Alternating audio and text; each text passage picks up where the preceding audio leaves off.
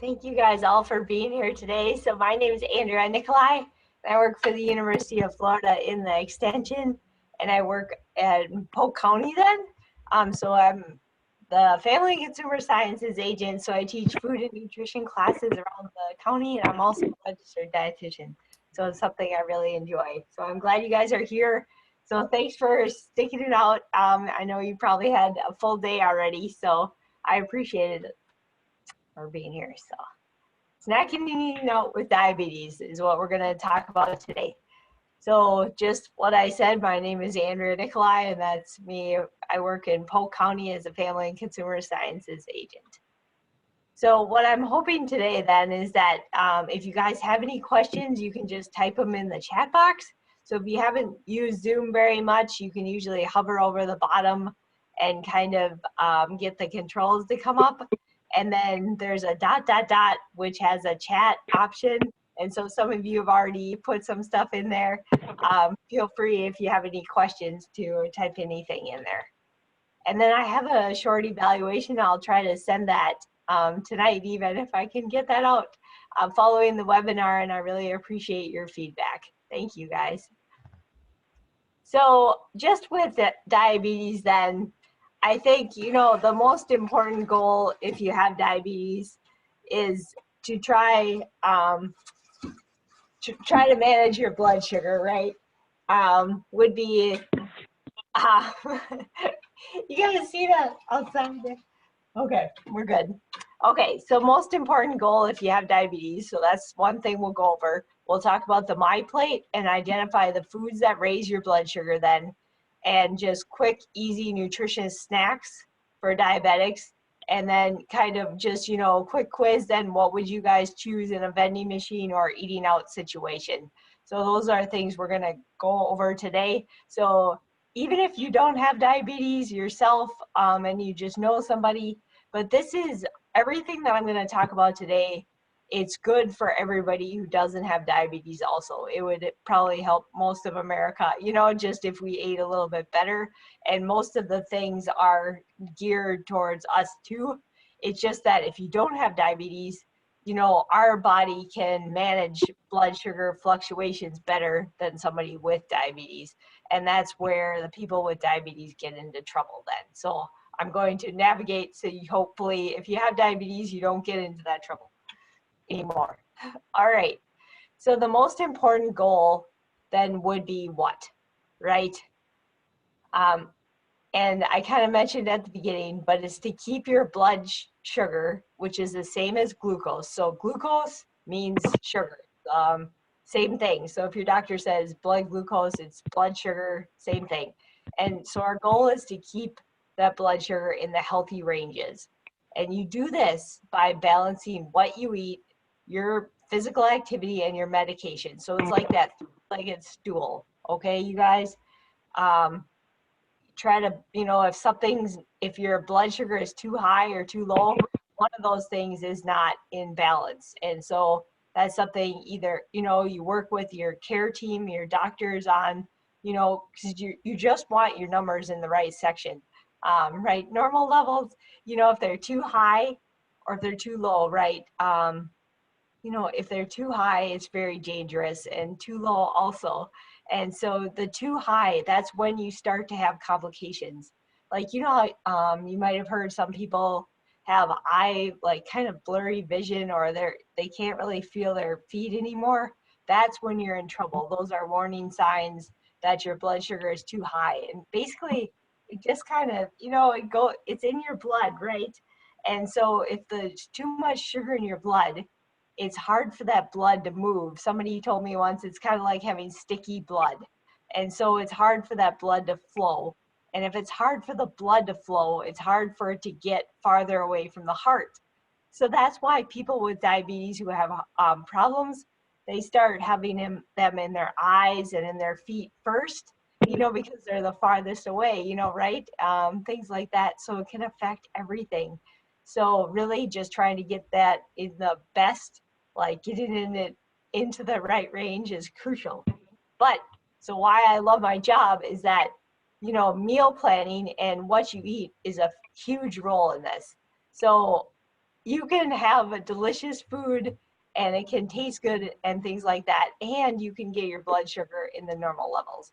So that is what I want to get home today. So if food has a lot to do with your blood sugar level, which it does, what you're eating has a major impact on it.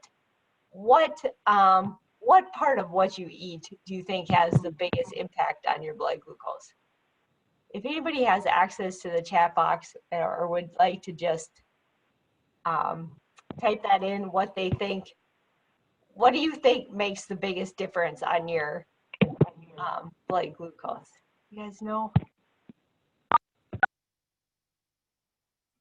The foods that containing sugar, yep. Candy, sweet snacks. You guys got it.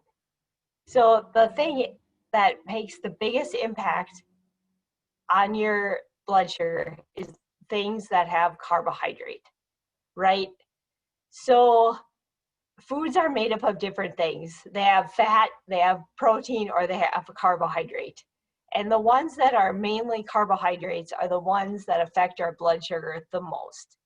So a sugar is actually a form of carbohydrate. It's a type of carbohydrate, and so is starch. So these things, they have the biggest effect on our blood glucose then, our blood sugar. So it's anything with sugar, because that means it has a carbohydrate, or anything starchy, because that also means it has a carbohydrate. So just foods that have carbohydrates, which are sugars, they would affect your blood sugar. So that's why these are the ones that we need to pay attention to more. So the ones with just protein or fat, you know, they're not going to do much to our blood sugar, as we'll talk about. But the ones with carbohydrate, those are the ones that will cause it to go up. And it's not necessarily bad, because you need carbohydrates for energy. So we need them. It's our body's best source of energy. So if you get tired, you know, sometimes you kind of crave carbs, because you're just, our body, that's like the thing that'll give us the best energy right away. Same with our brain too. Our brain loves those to help us think. So that's why you need them. So which foods have carbohydrates then? So you might wonder, well, okay, so I know those things might make my blood sugar go up, so I probably might want to know which ones those are, so that if you have high blood sugar already, you know, maybe it's not a good idea to have a bunch of these then, you know, because your blood sugar is just going to keep going up. So here are the things that have them. So just what you guys all talked about, right? So it's like anything starchy. So that'd be the bread, the cereal, crackers. Sometimes people say, you know, that's a starchy food, you know, or starchy vegetables. So this is kind of hard for people to remember sometimes, but the ones that I would say affect your blood sugar the most out of all the vegetables would be the potatoes. They're a starchy thing, and corn. That's actually a grain, you know, right? It grows in the field just like wheat does. So corn would be something with carbohydrates. That's a grain kind of. And then peas and beans. So those also can affect your blood sugar too. So these are, you know, all these things up here, you know, the fruits too, those can raise your blood sugar. They have carbohydrates. Fruit juice, milk, it has a natural sugar. If you look at the label of milk, you'll see that it has some carbohydrates and it has some sugars in there, because dairy milk has natural sugar. And so if you look at almond milk, that one doesn't have that, because almonds don't have that natural sugar. So kind of interesting, isn't it? But milk and yogurt do have some carbohydrates. And then sweets, you guys got that. I see you wrote that in the chat box. Candy, cake, ice cream, those have sugar, so that means they have carbohydrates. And sugary drinks, so sugar like soda, fruit drinks. So just one thing to remember, you know, carbohydrates, we need them. They're not bad for you. It's just that if you're diabetic, you want to make sure to have them consistently over the day instead of all at one time. So if you didn't have diabetes, I could, I'm lucky and I don't have diabetes, so I could eat an entire chocolate cake and my blood sugar, my body would know what to do with it. It would make it so that my blood sugar would stay normal. But if you have diabetes and you ate an entire chocolate cake, your body doesn't have that ability anymore, and that it would cause your blood sugar to go way up. So if you have diabetes, it would be better for you to eat that cake. If you're going to eat the whole thing in one day, it'd be better if you had it like in 2-hour increments, like throughout your whole day instead of all at once, because your body cannot handle too much at one time. So that is why if we know which foods have carbohydrates, we can just try to keep them even throughout all the day, okay? So that would be the goal. So it's like people with diabetes, it's not good for anybody to eat a lot of chocolate cake, but it would be way better just to have that spaced out throughout the day and not have any other carbohydrates with that at the same time. Or depending on, your weight and things like that, and your doctor can help you, but just really trying to keep them even throughout the day. And I'm going to show you how you can easily do this. All right, trying to click ahead here. See if we can do it. Okay, so here's just a visual. Sometimes it helps people, but these are foods that have carbohydrates then. So it's like what we talked about, those green peas, like Bush's beans, right? Because they're pinto beans, kidney beans, black-eyed peas, all those, they do have some carbohydrate. Sodas have carbohydrates, yogurts, milk, cereal. So just remember though that out of this picture, there are some healthier carbohydrates and some less healthy. So some of those things have a lot of nutrition with them too, and fiber, which helps the blood sugar slow down when it's going into you. But like things like that soda and even like candy, that's just straight sugar, and that will raise your blood sugar a lot quicker than like some of those peas would, because the peas have fiber. And so it's hard to digest fiber. You can't do it. So your body's trying to do it, and it takes longer for the blood sugar to get into you. And that's why it's better, it's easier on your body. So you might be wondering then, so all those foods could raise your blood sugar that we just talked about. But which foods don't have carbohydrates? So those foods that don't have carbohydrates probably won't do anything to your blood sugar, because we know that carbohydrates are the ones that do. So this is a lot. You guys are learning a ton here if you didn't already know. But just meats and meat substitutes like eggs and cheese and fats and oil, they are mostly made up of either fat or protein. And we know that these foods, they don't have much effect on our blood sugar. So Nancy, I can see your picture up there, so she comes up. But if I gave Nancy an entire pound of butter, and I checked her blood sugar before that, and then I told her if she wouldn't mind eating the pound of butter for me, that would be great. And so she ate it, and then I checked her blood sugar afterwards, it would be about the same. But if I gave her a loaf of bread and told her to do the same thing, her blood sugar would go up.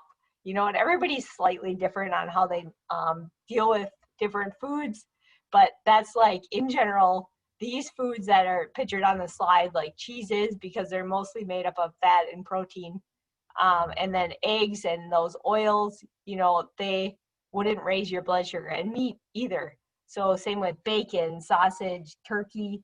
So if you have a really high blood sugar and you just want to make sure not to have something else with high, with carbohydrates that would raise it even more, maybe like a piece of turkey rolled around a cheese stick could be a good snack for you, because that would be something that would keep your blood sugar even.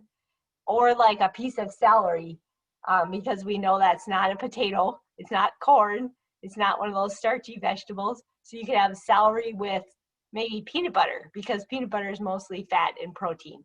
Or you could have guacamole, because avocados are mostly fat. Things like that. Or you could have that celery, or you could have a cucumber with a piece of turkey rolled around it. See, we're having fun now, but I'm just trying to see, like, those things shouldn't raise your blood sugar. So if you had a breakfast of eggs and some chicken, and you put in tomatoes, and you made an omelet, and you put in some peppers and spinach and sprinkled it with cheese, there would be nothing in there that would raise your blood sugar. So it just would be the juice that you had with it, or like if you had an apple. And that's okay to have some, it's just that we want to keep it balanced throughout the day. So these non-starchy vegetables, they are all those that we didn't talk about. Like, you know how I said that potatoes and corn and peas and beans, they're a little bit of the starch. They have some carbohydrate in them. And you can always tell, you know, if you're not sure by looking at the label, and you just look at the nutrition facts label and you look for carbohydrates, because it has to be on the label. And if it says, you know, 0, then you know it wouldn't raise your blood sugar. But if it has some, it could. And so a lot of things, like a piece of bread, it would say 15 grams of carbohydrates in a piece of bread. So some of the starchy vegetables, they also, in a serving, they also have about 15 grams. But all the other vegetables, they have way, way less. So you might see a little bit on the label, but it's more like 5 grams or 4 or 3 or 2 or even 8. And that's not too much. So they won't have very much impact on blood sugar levels. So that's why I was saying too, you know, you could eat, you know, if you get really hungry and you don't want to eat something that would raise your blood sugar, one thing that is great for your body would be vegetables, because you need those nutrients to really help manage your diabetes, and they have fiber, helps you feel full. But you can munch on a ton of vegetables. Like if you could list any of them that I didn't talk about with the potatoes, the corn, all of them would be great for you and great to have on your plate. So that's like eggplant, tomatoes, Brussels sprouts, broccoli, cauliflower, carrots, celery, cucumbers, water chestnut. I was just trying to think of just onions. So these would all be ones that you could load up on, peppers, things like that.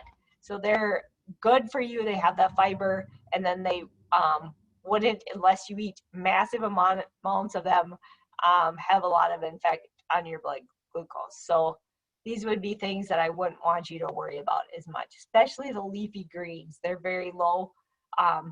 It's kind of like vegetables have a range, right? So you might see online some different lists, but it's kind of on a spectrum. You know, there's vegetables that have none, vegetables that have the most, and those are the ones I talked about, and then the rest kind of fall in between, but most of them then are lower, okay?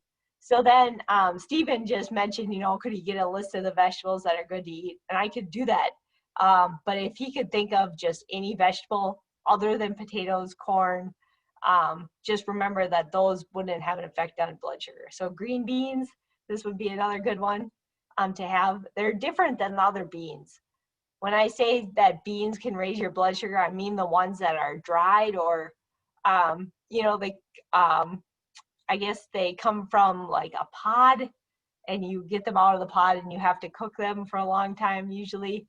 Those are the beans that I talk about. So like pinto beans that are in the can then, you know, because you have to cook them a long time.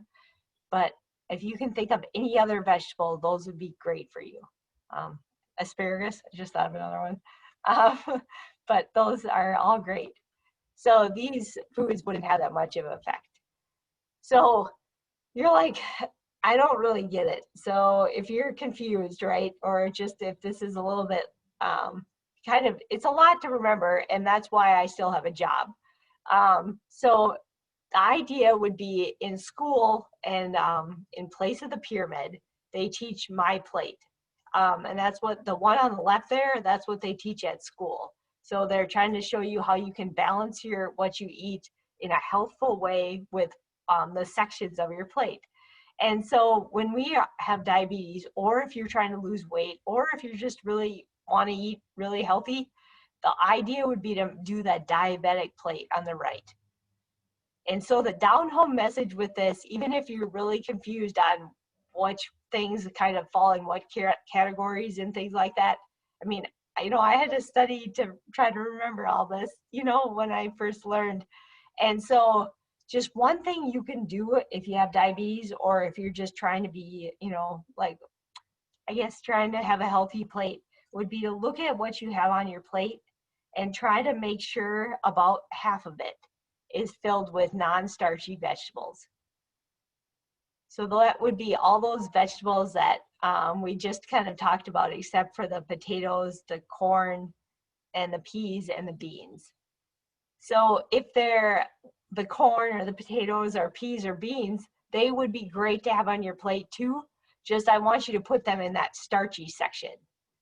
So it's kind of like they would be the same almost as having pasta or something like that.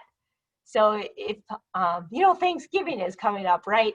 And so there's like mashed potatoes and stuffing and that cranberry sauce. Um, yeah, those things, sweet potatoes, all those things, they're potatoes or they're starchy. So if you have diabetes and you have Thanksgiving coming up, you have to be a little bit careful because that starchy section of the plate is only a fourth of the plate, right? So if you want a lot of that, maybe just have a little bit of small amounts of all of them, or you just pick your favorite one. Or we know that sweets, they also have that starchy thing, right? So if you really want pecan pie for dessert, I would really try to cut back on the corn and the potatoes and the stuffing and the cranberry sauce that I had for Thanksgiving to save up my starch for the pumpkin pie or for the pecan pie. But the non-starchy things, that's what I would load up on. So Thanksgiving, I would have if they made asparagus, or you could bring a veggie tray, or you could do cucumbers, or sometimes people have like Brussels sprouts, or even pumpkin is lower. So having things on that non-starchy side to help you feel full then, that would be great. And then a fourth of it would be the lean protein.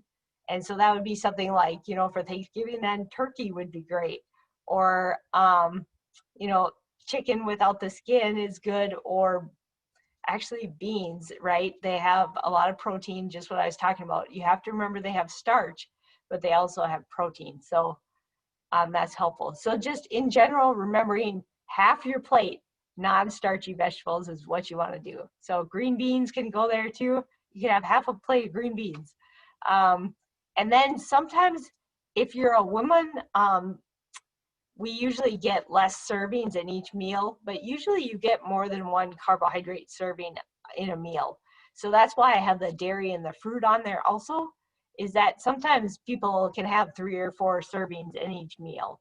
So you might be able to have potatoes and cranberry sauce too. Just it's everybody's a little bit different, but in general, usually per meal, then a woman could get about 3 or 4, and a man could get about 4 or 5 servings. So I think though, just for ease and for understanding, just in general, if you look at what you're eating and you just try to make half of it non-starchy vegetables, you will be okay, because you'll be able to balance it better with what's on the other side. So I don't know if that makes sense. I'm hoping so. But just whatever you put on the other side. Somebody sent me a picture once. They had a plate and she had mac and cheese, like the Kraft kind, all over half of it. And then she had broccoli on the other half.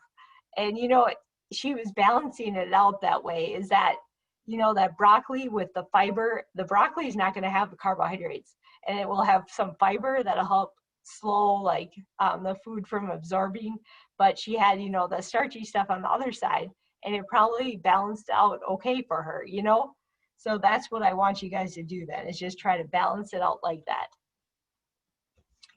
So then just what we just talked about, so you fill half of it with the non-starchy stuff, a fourth of the section of the plate goes with the potatoes, the pasta, corn, rice, beans, bread, a biscuit, anything, and trying to choose the whole grains when you can, because they have more fiber. That would be good. That's why you choose whole wheat pasta instead of white, is it has more fiber, and that it helps slow it from absorbing, and it helps you feel more full.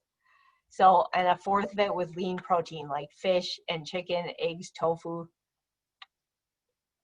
And then sometimes you can add a glass of milk or a small piece of fruit or a fruit salad. And those things would also work. And this would be a great diabetic plate if you did that.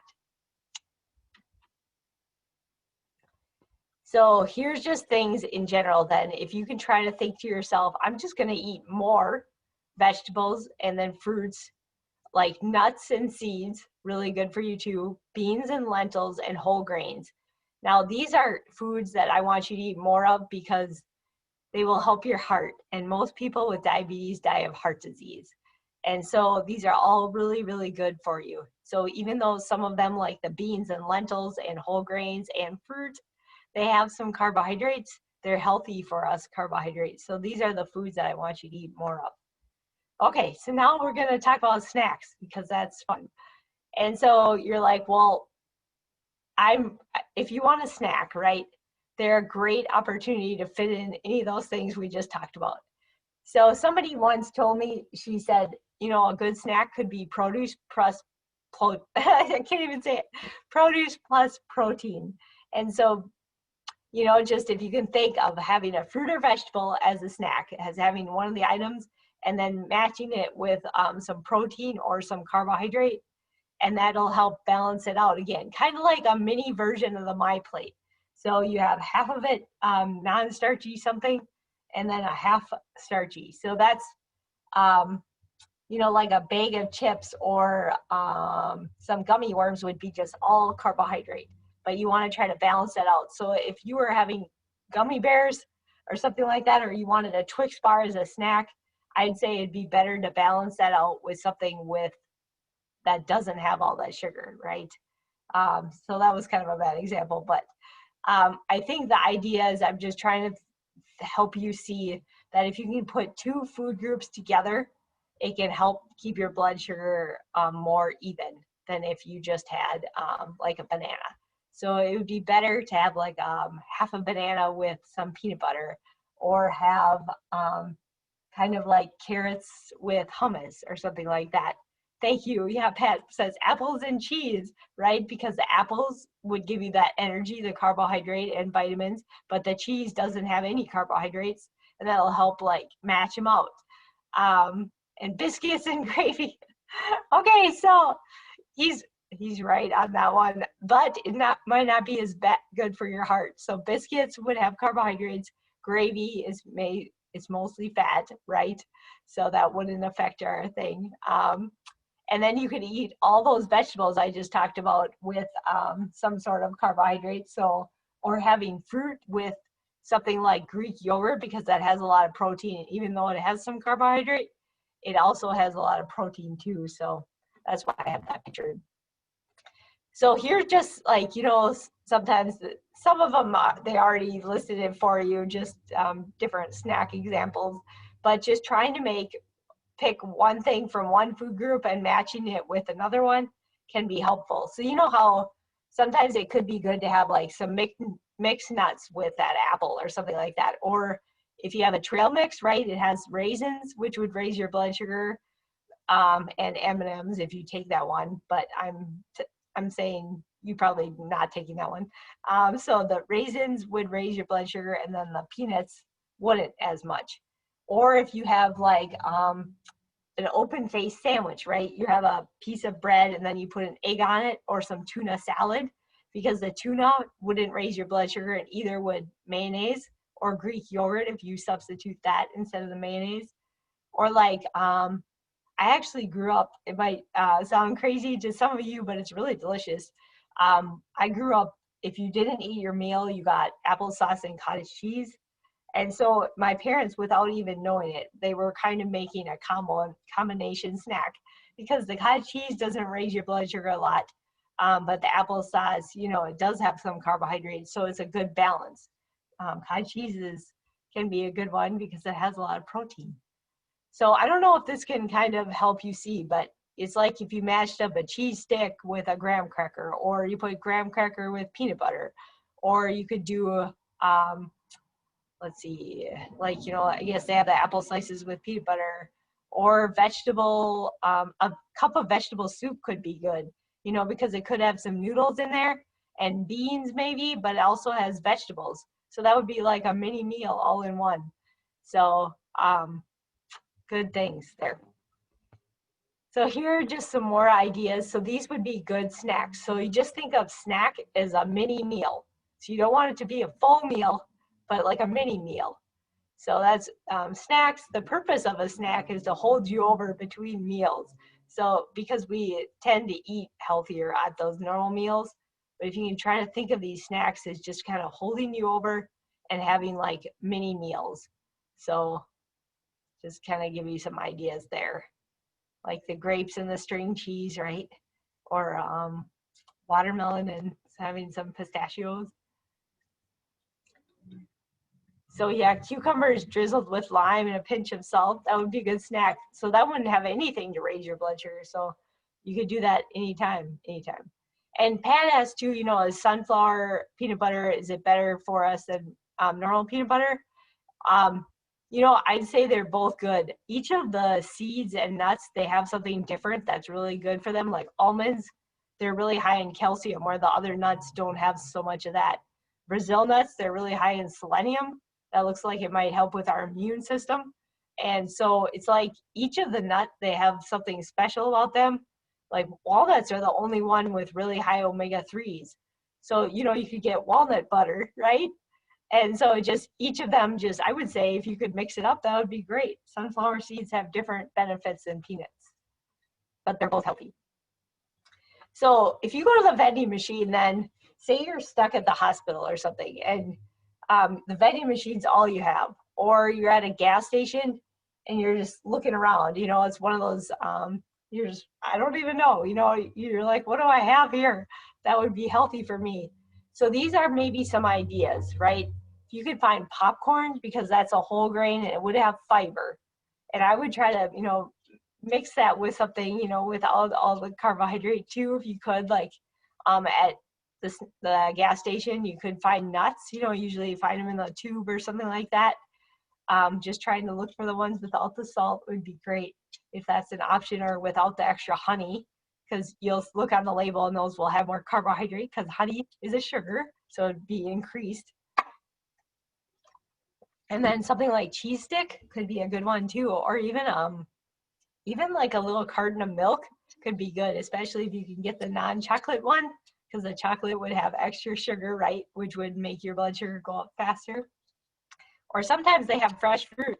Some of them have fruit now, and you guys, I don't know, some of them even have like things like carrots and hummus. I know if you can get to like a Wawa, right, or something like that. So just try to look for these things when you can. Even like boiled peanuts probably better for you than something like chips.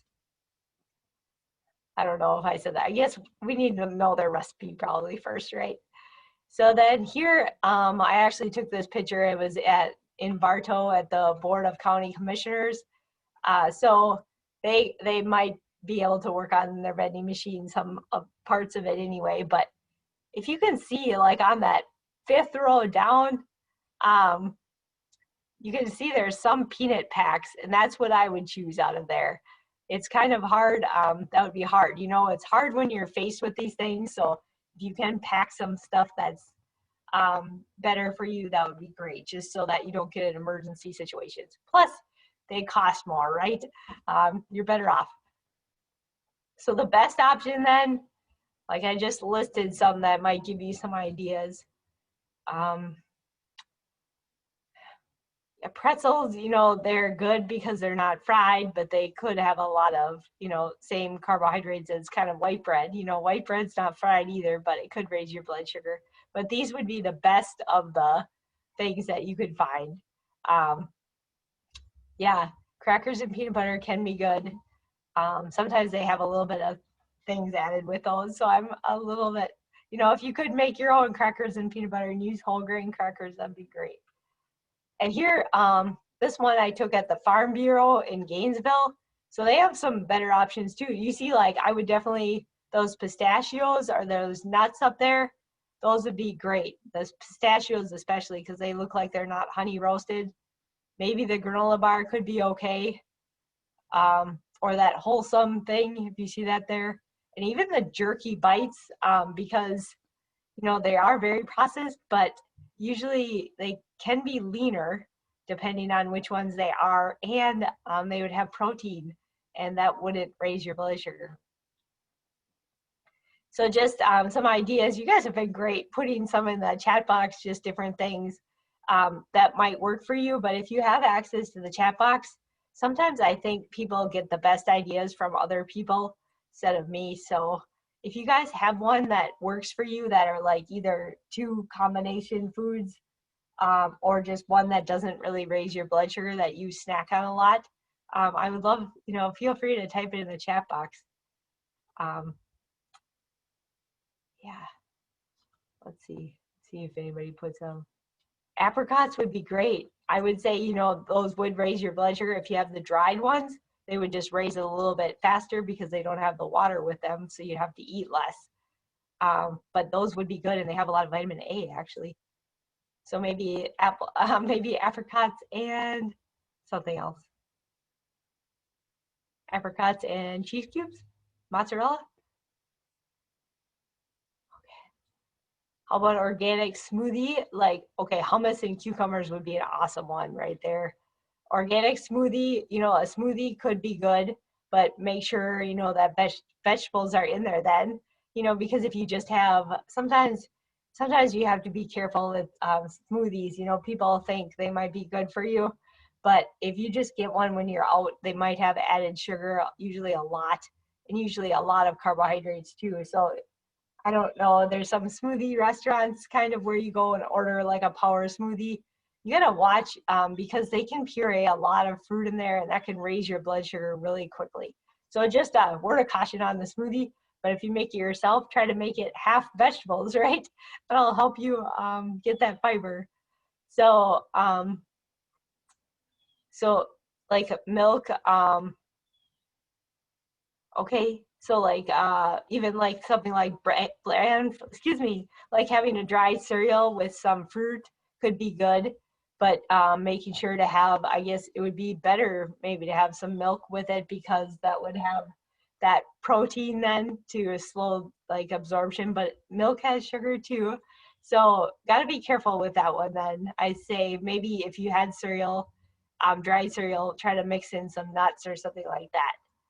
And then, yeah, another good one is the hard-boiled eggs. Those are awesome snacks. Hard-boiled eggs wouldn't raise your blood sugar, so you could put that with like the apricots, right? Or having carrots and peppers with some guacamole, or with some hummus, or with peanut butter, or even dipping it in like a plain yogurt with some red pepper flakes in it. Make it a spicy dip for you. Okay, so now let's talk about eating out. So just I wanted to just make out some points. So the same thing when you're eating out then is just to remember the plate. So filling it with non-starchy vegetables for half when you can. So that can be hard when you're out. So if you're at Olive Garden, double check your plate. And if it's not made up of non-starchy vegetables on half, it might be a little bit too big of the portions on the other stuff. So you aim to balance. So use that idea. So the keys to eating out then would be to plan ahead, ask for what you want, and take charge of what's around you, and then choose the foods carefully. So, there's certain menu options that signal that the food is higher in fat or sodium or things like that. So you can kind of look for that on the menu to try to help you decipher what to do on the menu then. So here are some keywords.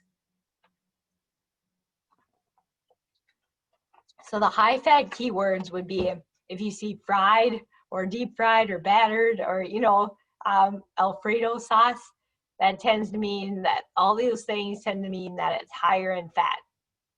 And then the things you want to choose more of would be ones like stir fried or poached or sauteed or roasted, grilled, pan-seared, low-fat, broiled, boiled.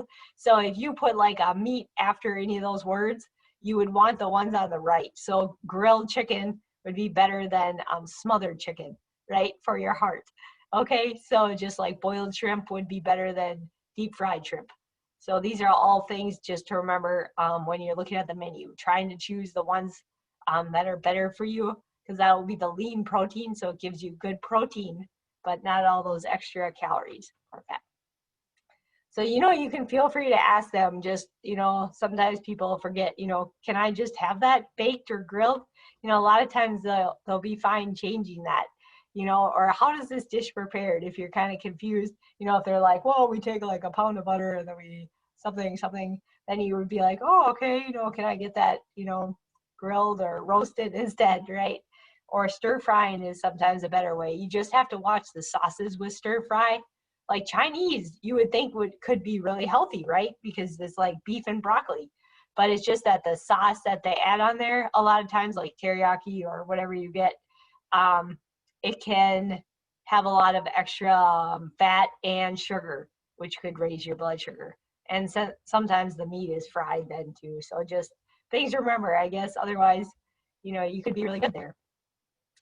And just some things, you know, share a meal. You know, if you really want Alfredo, you're like, I love Alfredo, you know, I can't get the tomato sauce, then try to split it with somebody, or make sure to have it in to-go box, make it, you know, so you can enjoy it over many meals.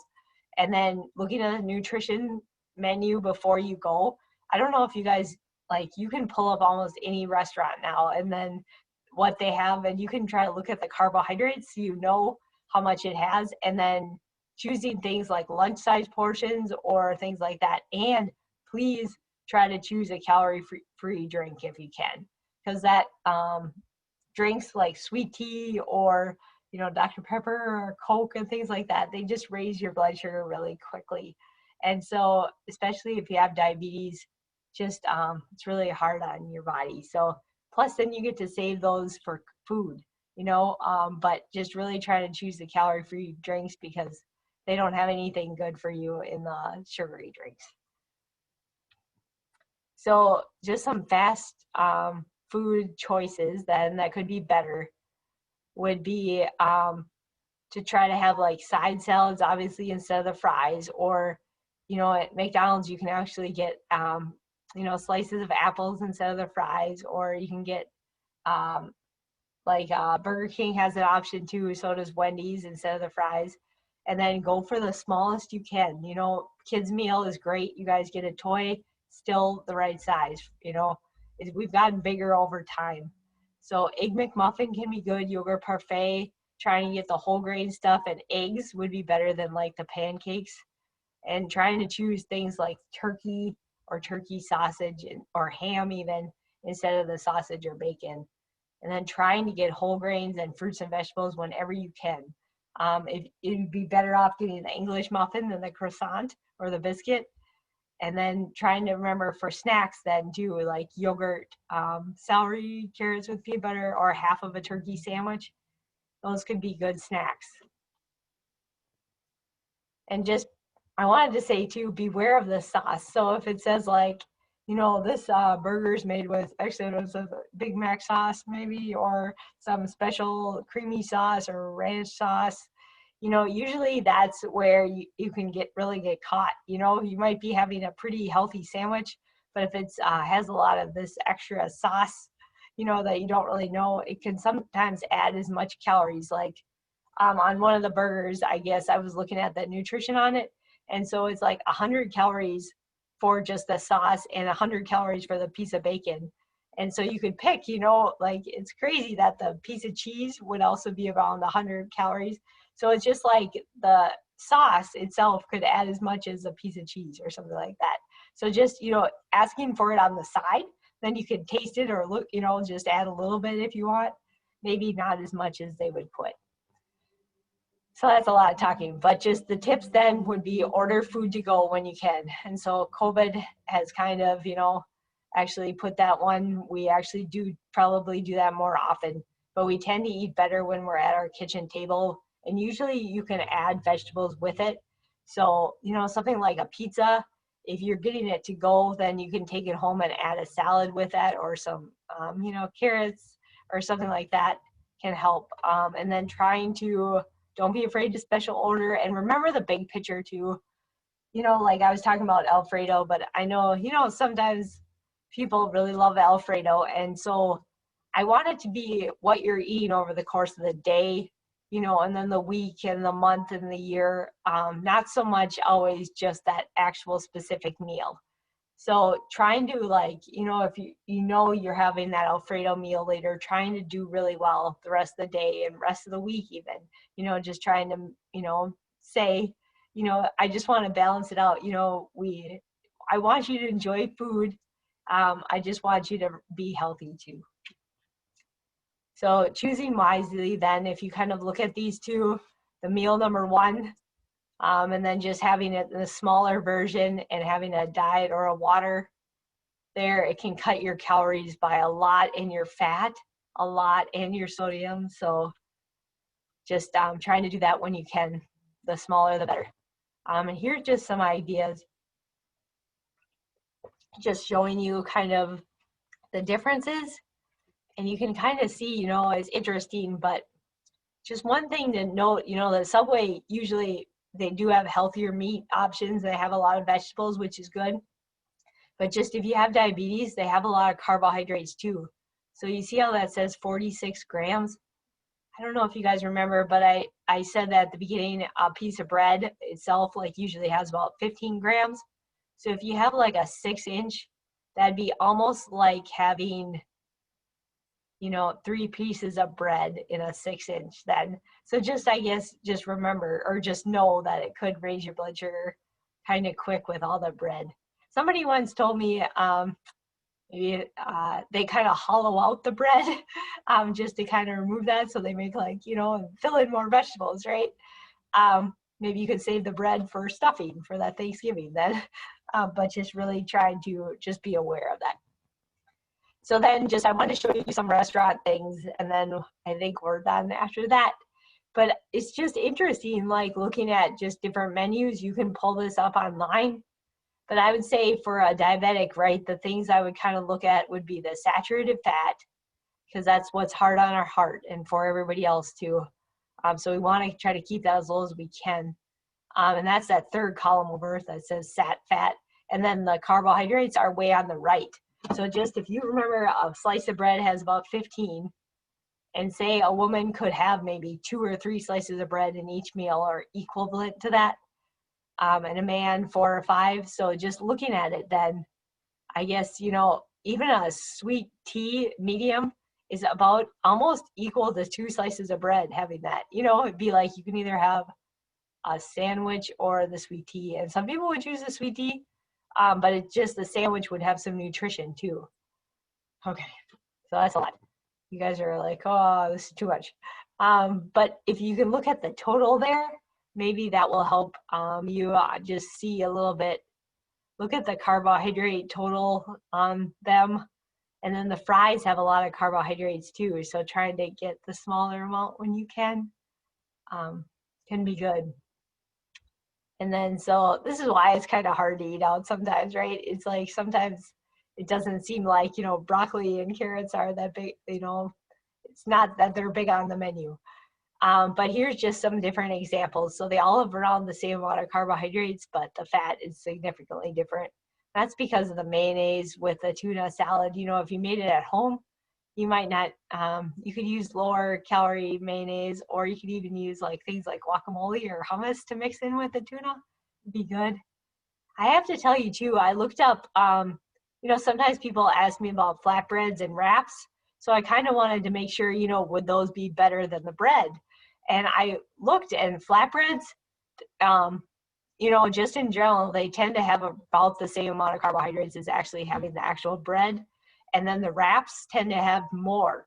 So just because they're thinner, you know, they wrap it a bunch of times. So just, I guess, and they're big, right?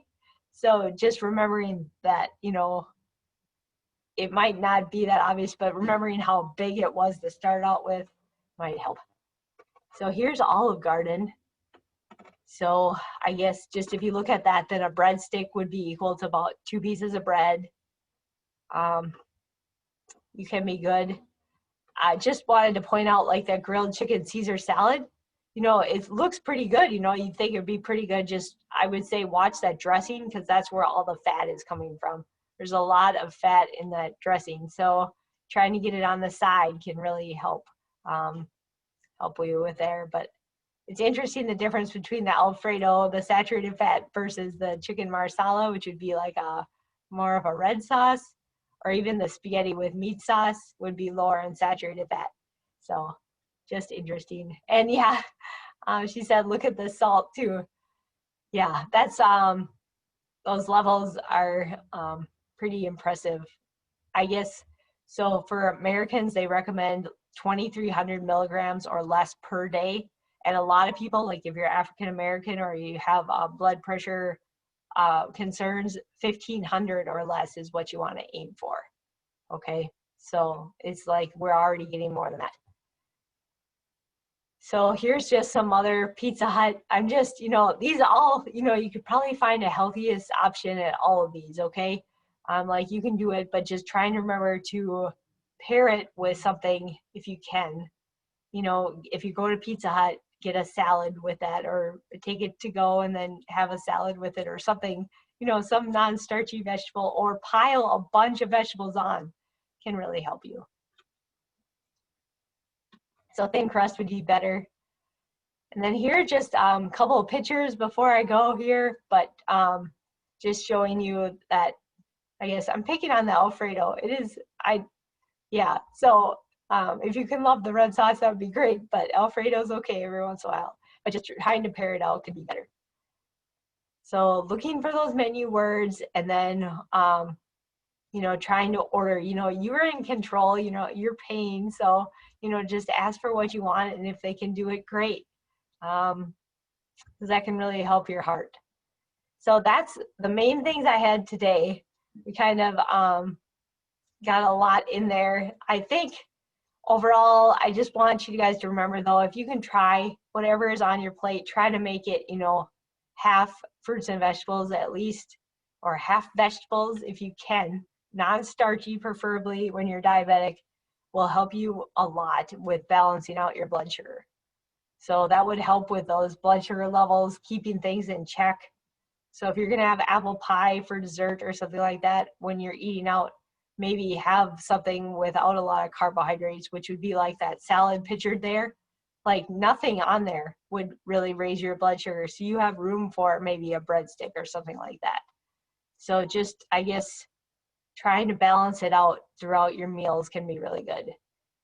And so I mentioned it at the beginning, but I had that short evaluation, and I think just because it's a lot of information and different stuff, I would love your feedback on what's confusing and what actually helped you remember it, so then I can help people and help you later, hopefully, if you can come to some of the other classes. So I appreciate that feedback.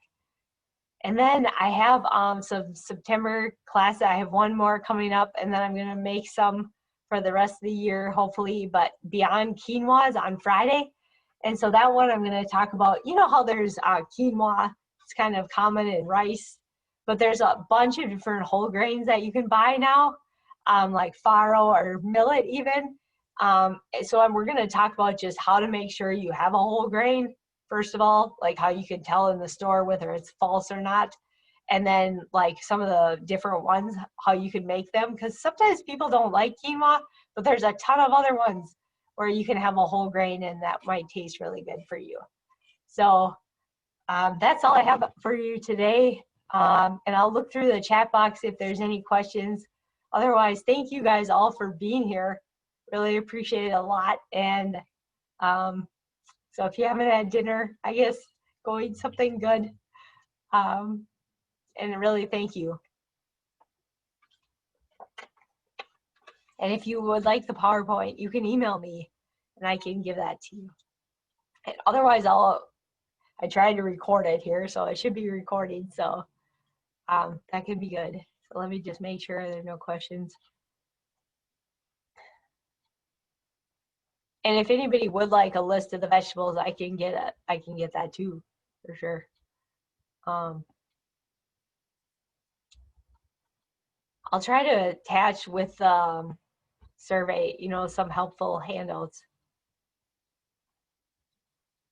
Diet Coke, it doesn't have the sugar, so it wouldn't raise your blood sugar like the other one, like regular Coke does. So there's nothing good for you in diet soda, but at least it wouldn't raise your blood sugar. That's kind of my stance on that and what the evidence says. And then Rachel asked, which is better, olive oil, vegetable oil, or canola? And I would say, all the liquid oils like those are better, but it looks like olive oil could be the best one for our heart, at least what we know right now. So if you had to choose one, I would say olive oil would be great. Yeah, unsweet tea, you can drink all the unsweet tea you want. I'm happy with you with that. Okay, let's see if there's anything else. Yeah, so she just said she's hypoglycemic, so she has to watch what she eats. I understand that too. Sometimes you would actually need those carbohydrates, right, to get that back up. So hypo means low for anybody who's on. Yeah, Stephen, if I don't mail you what you would like, please email me. You see my email up there so that I can get you exactly anything that could help you. I would love that. So listen the food categories. Okay. Okay. Well, I really appreciate all you guys for being here. Okay. Thank you very much. I really hope you have a good night. And hopefully I will see some of you on Friday. Thanks. Bye, you guys.